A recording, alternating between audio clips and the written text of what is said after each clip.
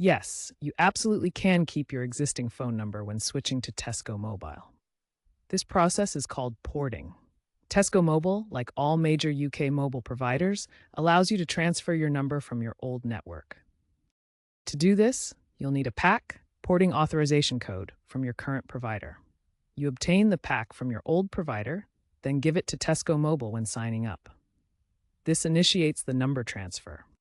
It's a free and relatively straightforward process designed to make switching networks easy. Make sure to have no outstanding debts with your current provider to avoid delays.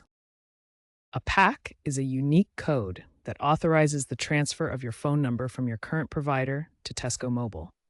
You can obtain your PAC code from your current mobile provider through their app, website, or by contacting customer service. Once you have your PAC code, provide it to Tesco Mobile during the sign-up or activation process to initiate the transfer. Standard porting typically takes 1 to 2 working days, but delays can occur during peak times or if there are issues such as an incorrect PAC code or outstanding debts with your current provider.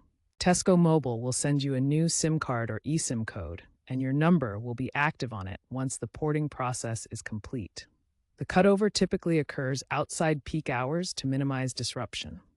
Important notes: PAC codes expire after 30 days, so use them promptly. Make sure your current account is active and not barred to ensure a smooth transfer. Also, you cannot port your number from a non-UK network.